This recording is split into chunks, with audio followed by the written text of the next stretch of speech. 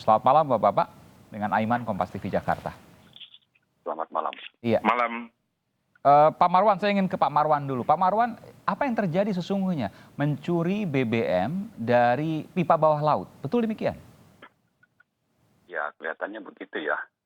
Itu dicurinya justru dari tempat yang tidak susah untuk diambil. Kalau kita ingat tahun 2005 yang lalu, itu ada pencurian minyak mentah melalui pipa yang dilobangi di tengah laut. Iya. Kalau yang ini kan di tempat bongkar muat, artinya tidak perlu susah-susah untuk mencari tempat di bawah itu, dan itu artinya ini sesuatu yang oleh yang terlibat menjaga SPM itu ya. Single point mooring itu atau tempat bongkar muat itu layaknya ini terjadi untuk yang bukan pencurian, artinya yang rutin. Karena terbuka terang benerang, karena kalau ada sesuatu yang janggal di situ pasti ketahuan kan, beda dengan di bawah laut misalnya. Iya, artinya kan yang bertugas di situ benar-benar terlibat.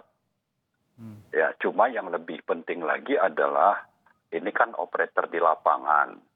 Yang namanya penjaga SPM itu rasanya bukan menjadi otak utama kalau bicara orang di Pertamina sebagai pelaku pencurian ini.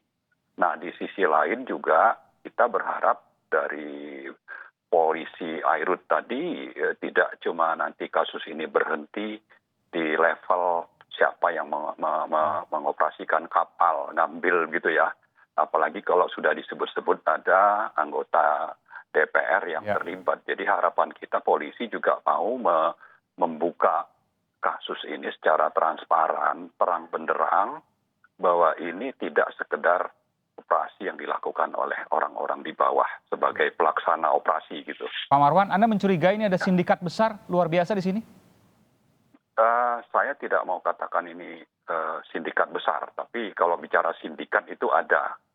Apalagi kalau oknum DPR tadi yang disebut-sebut sebagai orang yang terlibat, itu kan kalau bicara soal bisnisnya itu memang di Jawa Timur konon katanya cukup besar.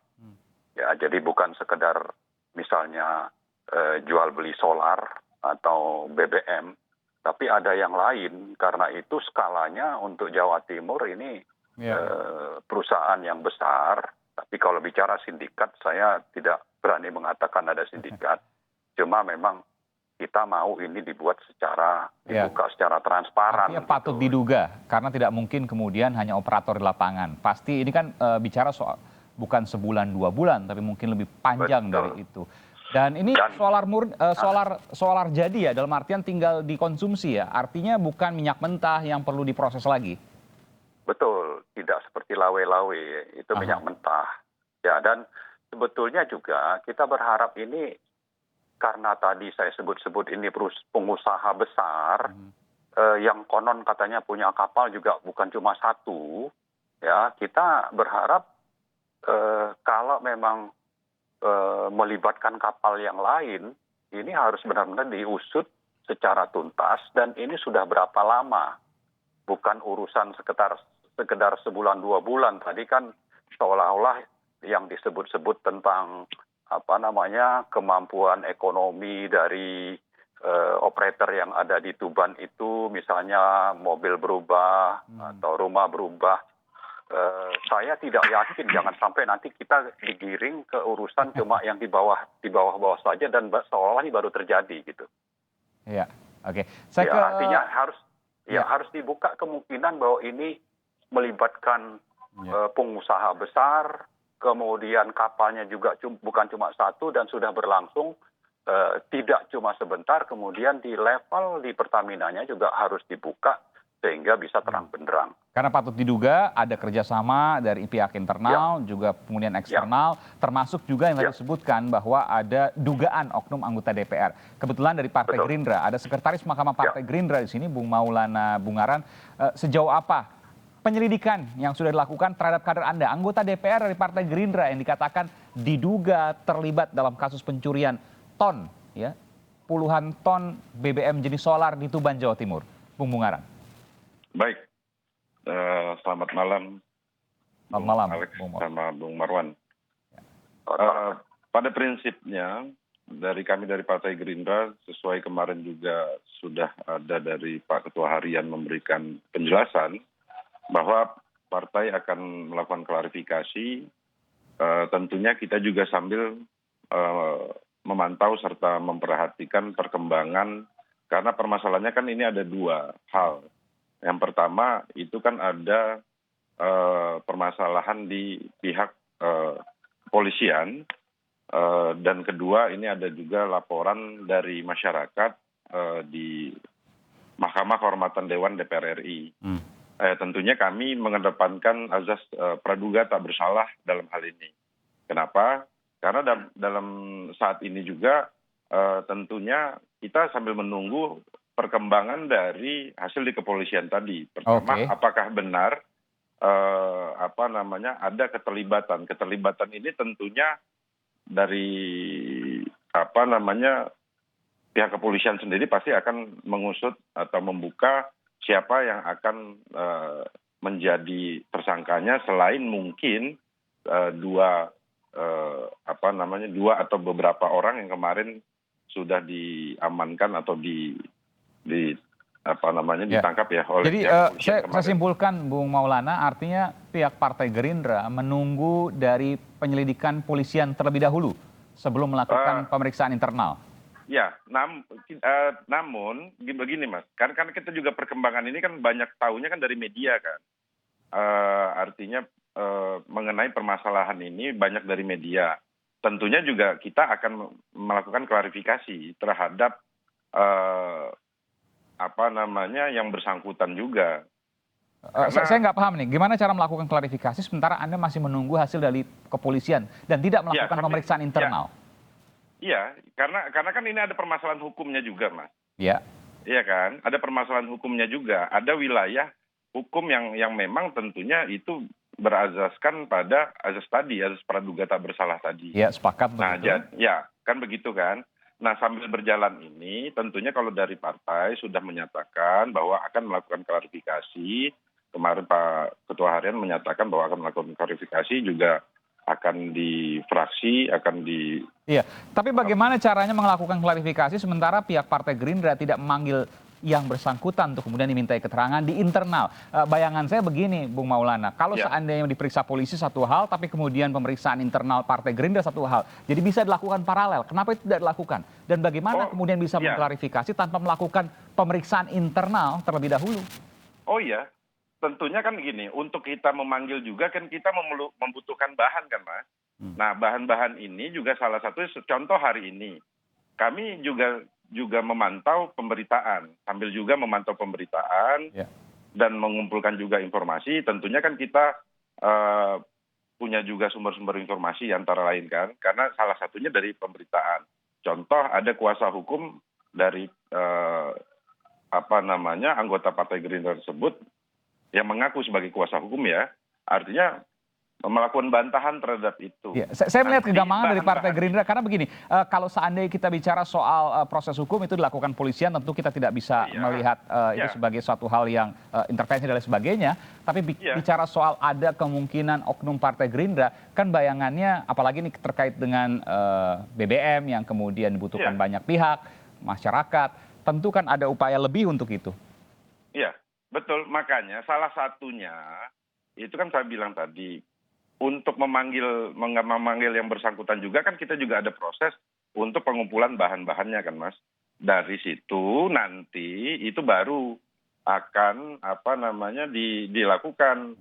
Untuk klarifikasi jelas dong, pasti yang bersangkutan juga. Kemarin kan sudah dinyatakan itu. Nanti fraksi juga akan melakukan klarifikasi terhadap yang bersangkutan. Oke, Bung Marwan ada komentar terkait ini? Ya, saya kira karena sudah terbuka ya di publik tentang keterlibatan anggota DPR dari Gerindra, saya malah melihatnya akan sangat baik dan disambut juga diapresiasi publik kalau yang namanya pimpinan di Gerindra itu segera memanggil dan segera memberikan klarifikasi. Itu harus tegas dilakukan ya Pak Marwan ya? Ya harus proaktif. Kalau Ya. bicara seperti tadi, saya khawatir ada sesuatu yang sedang diupayakan ya, apalagi nanti kalau dibawa ke MKD di DPR. Lalu nanti aspek politik justru lebih kental gitu. Ya, ya. Nah, kalau sudah seperti itu yang dilakukan polisi pun juga bisa bisa hilang itu Ya. nanti. Kita ingat gitu. dulu ada Kalau kasus sudah misalnya bicara Papa minta saham. Ya, itu ya. Jadi banyaklah kasus misalnya KTP, IKTP dan sebagainya itu Ya. kan politik lebih dominan berperan sehingga Ya, ya. koruptornya masih berkeliaran malah ada yang jadi Ya. pimpinan di DPR. Jadi kalau Anda bisa sampaikan pesan Pak Marwan kepada pihak Partai Gerindra, apa yang mau Anda sampaikan? Saya kira segera panggil ya kan, dan dengan data yang ada di kepolisian itu jangan dibelok-belokkan, lalu setelah itu ambil keputusan tegas. Oke. Kalau perlu ya langsung pecat kalau memang itu sudah sangat kuat untuk menjadi dasar bahwa ini oknum ini terlibat. Gitu. Walaupun ini adalah Meskipun anggota tadi DPR ini ya? Ini anggota DPR. Betul. Langsung Ya. dilakukan PAW, pergantian antar waktu. Betul. Saya kira itu lebih bagus untuk menjaga citra partai. Oke. Tapi yang lebih penting lagi kan ini menyangkut hajat hidup orang banyak, kepentingan rakyat. Ya kan tidak pantas itu justru dilakukan oleh wakil rakyat. Ya, justru sangat-sangat kontradiktif dengan tugasnya. Karena itu Gerindra juga harus proaktif untuk memberikan sanksi yang tegas kepada anggotanya tadi. Silakan Bung Maulana. Ya, tentunya kalau memang ada pelanggaran yang dilakukan oleh anggota Partai Gerindra, bukan hanya sekali dua kali Partai Gerindra itu pernah melakukan atau memberikan sanksi yang tegas terhadap anggotanya, Mas. Nah, untuk itu kita kan sudah dinyatakan akan melakukan klarifikasi sambil justru kita mengambil langkah-langkah pengumpulan informasi, pengumpulan alat bukti. Oke, saya tanyakan langsung, kapan akan langsung dipanggil yang Saya bersangkutan rasa ini? segera ya, karena kemarin kan juga sudah dinyatakan seperti itu sama pimpinan salah satu pimpinan dari Partai Gerindra. Oke. Ya, Saya ingin konfirmasi, namanya adalah Rahmat Muhajirin, ini adalah Komisi 3 DPR, betul? Pak Rahmat Muhajirin betul adalah anggota DPR RI dari fraksi Partai Gerindra. Dan sosok ini kemudian yang disebut-sebut terkait dengan pencurian BBM di Tuban? Disebut-sebut media diduga ya Mas ya. Oke. Saya rasa begitu ya. Dan ini Komisi 3 ini adalah mitra kepolisian juga ya? Komisi 3 adalah mitra. Iya. Dan Partai Gerindra berkomitmen untuk melakukan proses klarifikasi dengan pemanggilan yang bersangkutan, Pak Rahmat Muhajirin, anggota Komisi 3 dari Partai Gerindra ini, dengan independen. Oh ya pasti Mas. Kapan akan dipanggil, boleh saya tahu? Mungkin ada rencana pekan ini atau pekan depan? Ya saya rasa segera. Mungkin kalau seumpamanya ini juga akan diberitahukan kalau kepada yang bersangkutan, atau memang kalau misalnya nanti ada yang diumumkan, saya rasa nanti akan diumumkan juga. Oke, baik, kita tunggu nanti dan kita akan cermati terkait dengan kasus ini. Tentu tetap ada asas praduga tak bersalah, meskipun kemudian juga klarifikasi dan pemeriksaan serta penyelidikan juga harus dilakukan secara terbuka dan independen. Terima kasih Bung Maulana Bungaran dari Partai Gerindra, ini adalah Sekretaris Mahkamah Partai Gerindra, dan juga Pak Marwan Batubara dari IRES telah memberikan informasi di Sapa Indonesia Malam. Selamat malam, sehat selalu.